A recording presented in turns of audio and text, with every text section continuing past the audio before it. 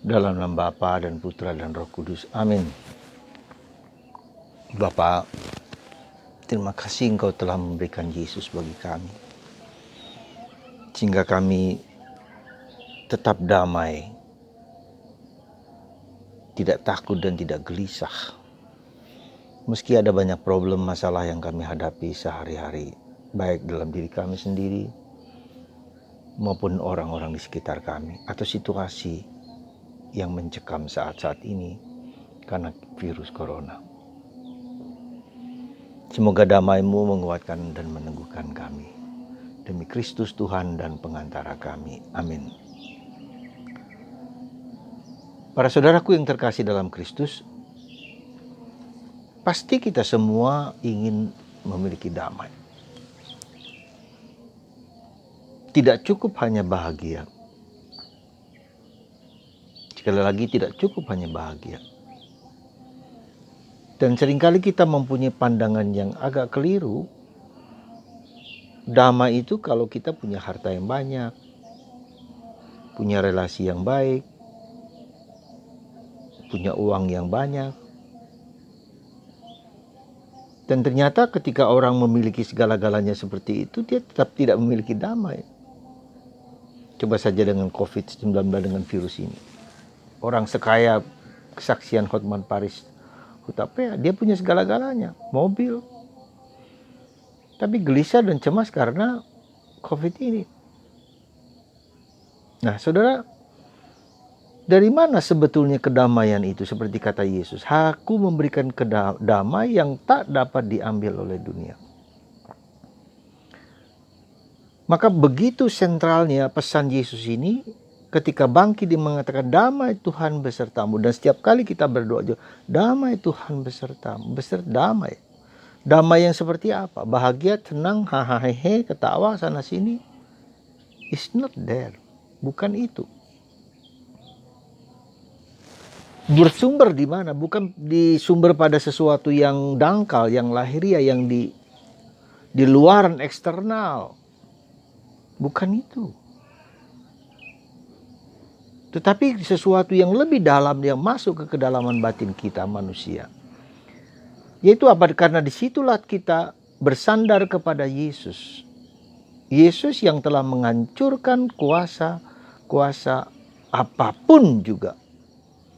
Sebesar apapun juga. Seberat apapun juga. Sebegitu salib, telah dihancurkan, telah dikalahkan. Dan saya bersandar di dalam Kristus askio qui credi, bersandar pada Yesus yang demikian. Ketika saya beriman, saya bersandar, saya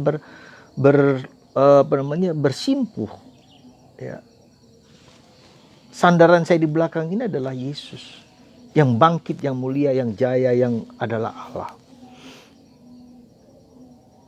Bersama dengan Bapa dan Roh Kudus, dan Roh Kudus itu telah diberikan kepadaku. Jadi kedamaian itu terletak pada connectedness, ya, connectedness, kebersatuan, terkontaknya kita dengan pribadi Yesus. Dan karena permandian itu sudah ada dalam diriku, diri Anda, diri kita, dengan permandian itu Tritunggal Maha Kudus ada dalam diri kita. Hanya sekarang problemnya pada bagaimana kita menciptakan consciousness, the higher consciousness, kesadaran yang semakin dalam, semakin kuat, semakin menyatu akan kebersatuan Tuhan dalam diri kita. Dan ini anugerah. Bukan kekuatan saya, bukan kekuatan apapun, kekuatan Allah yang memang sungguh-sungguh mau mencintai, mengasihi, dan memberikan pendasaran yang lebih kuat. Pendasaran itu adalah Dia pencipta, tapi Dia adalah penyelamat, Dia adalah penebus. Dan itu yang menjadi dasar, saudaraku terkasih. Dan untuk sampai kepada pengalaman akan connectedness, ya, kebersatuan dengan Allah, itu seperti tadi kemarin itu dalam pokok anggur. Aliran darah, energi kita itu berasal dari pokok, seperti aliran listrik. Aliran itu menggerakkan bagaimana saya hidup dan bergerak ketika saya nyobloskan aliran listrik itu ke stop kontak.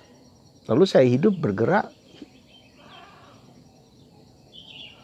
Ya. Nah, ketika tentu saja sekali lagi sudah ada, ya, kita harus berjuang, melatih diri. Ya, yang poinnya adalah melatih diri terus-menerus dengan tekun, dengan setia, dengan penuh pengorbanan, dengan penuh puasa, patiraga, dan segala macam.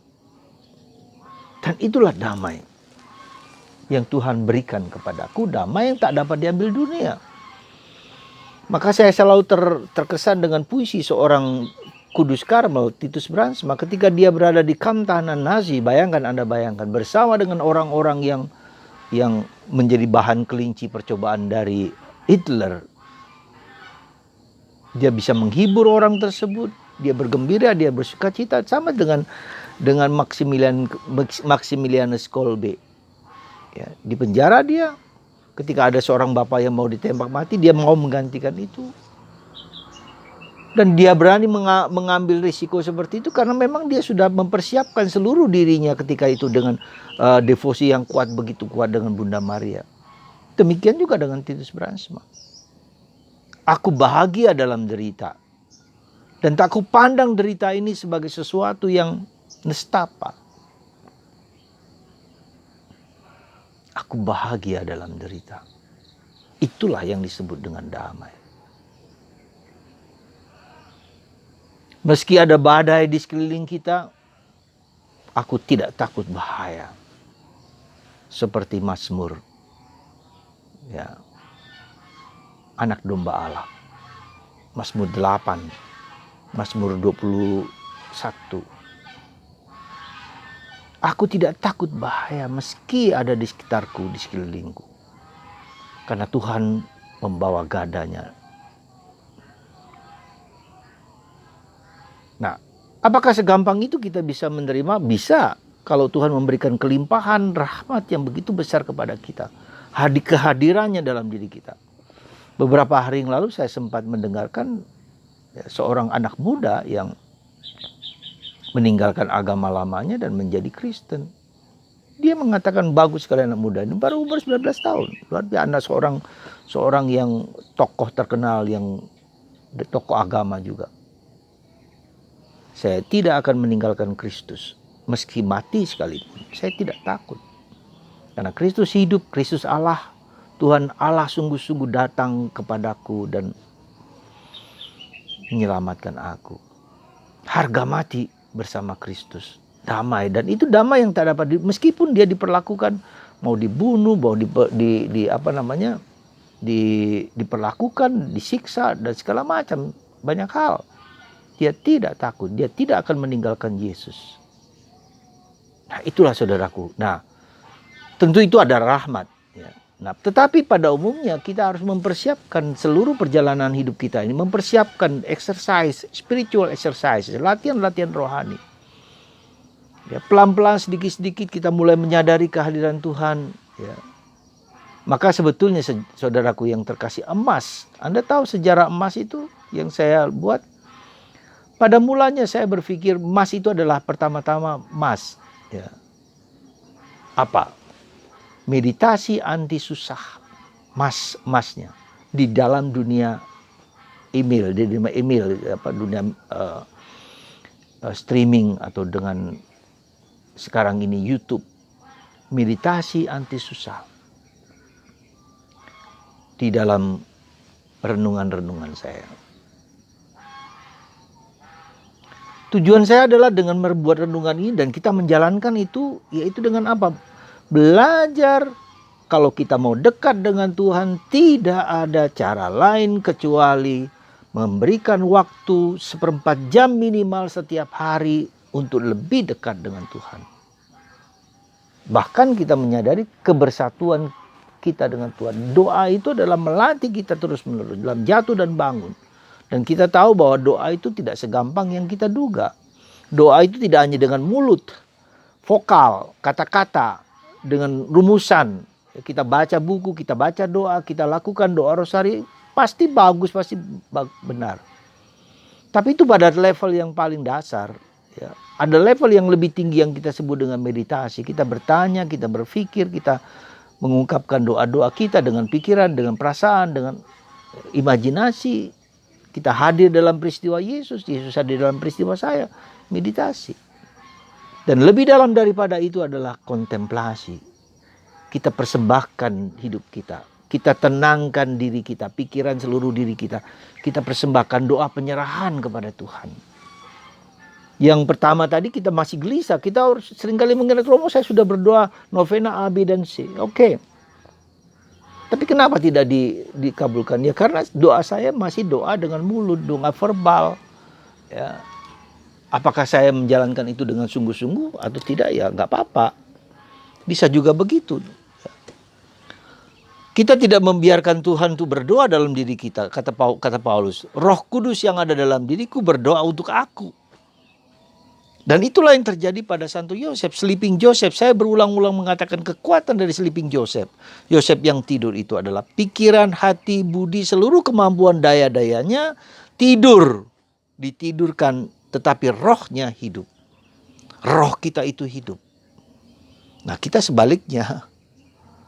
Roh kita mati, roh kita tidur. Ya, pikiran, perasaan, dan segala kegiatan kita hidup. Jangan. Nah itu terbaik, tetapi itu terus perjalanan gitu. Berjalan terus. Nah ketika kita terpaku, terpesona, fokus kita kepada hal-hal yang lahiriah ini, yang dangkal ini, apa yang terjadi pada kita? Kita menjadi gelisah, kita menjadi cemas. Ya. Meditasi anti susah. Dengan kita hening, kita diam, kita mengizinkan Tuhan untuk bekerja, mengubah hidup kita, memberikan damai, memberikan kekuatan. Dan pelan-pelan kehadiran Tuhan itu kita rasakan, kita hidupi gitu loh. Kita menjadi tenang, kita menjadi damai. Kita tidak takut lagi terhadap apapun di luar kita. Bahkan di dalam diri kita. Kita merasakan kasih Tuhan yang menerimaku apa adanya dengan seluruh kemampuanku. Tuhan mengerti aku. Tuhan menyelami aku, masa laluku, siapa aku, gerakku. Dalam Mazmur 139 kita lihat. Dimanapun juga Tuhan mengikuti aku. Luar biasa. Tuhan mengikuti aku dimanapun. Dan dia tahu pikiranku, hatiku, seluruh diriku. Kenapa aku cemas? Kenapa aku gelisah? Tuhan ada bersamaku. Paulus mengatakan juga tidak ada satu manapun kuasa yang dapat memisahkan cinta Kristus kepada kita.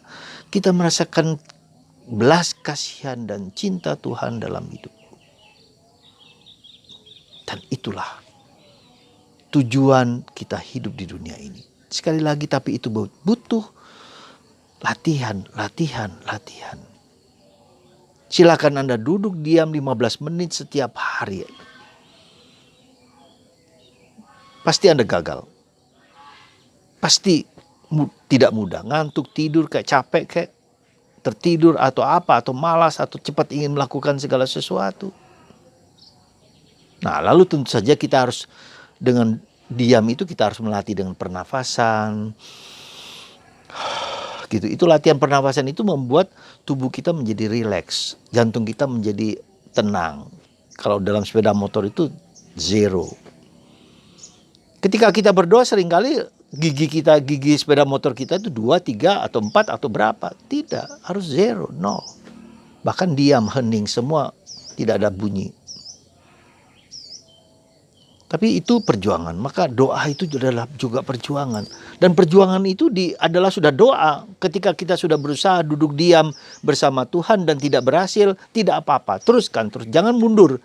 Maka disebut, Teresa mengatakan ada 2 hal. Self-determination. Keteguhan, kekuatan, dan patience, kesabaran. Extra patient and gentle with yourself. Kalau gagal tidak apa-apa. Teruskan. Semoga damai Tuhan menyertai Anda dan Anda berjuang sehari-hari, setiap hari untuk duduk diam, hening bersama Tuhan. Karena Tuhan ada di dalam batin kita. Jangan, kalau fokus kita kepada yang di luar, pada eksternal, kita akan terus gelisah dan gelisah. Banyak sekali pengaruh medsos yang membuat kita gelisah. Tapi itu karena kita tidak berconnectedness dengan Sang Yesus, Sang Damai, Sang Penyelamat. Tuhan memberkati Anda semua. Semoga Anda mendengarkan apa yang saya sampaikan dan menjalankan, terlebih menjalankan, just do it. Ya, kalau tidak jalankan tetap akan tidak damai. Tuhan menyertai Anda semua. Berkat Tuhan dan melimpah dalam diri Anda, sembuhkanlah bagi yang sakit ya Bapa, Putra dan Roh Kudus. Amin.